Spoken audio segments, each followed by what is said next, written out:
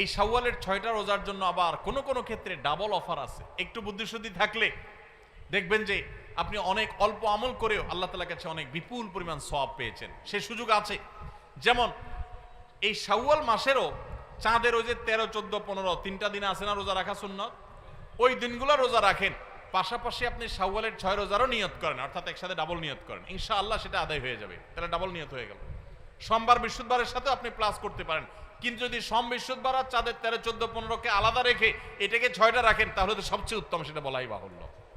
তাহলে শাওয়ালের 6 রোজা রাখবো তো ইনশাআল্লাহ।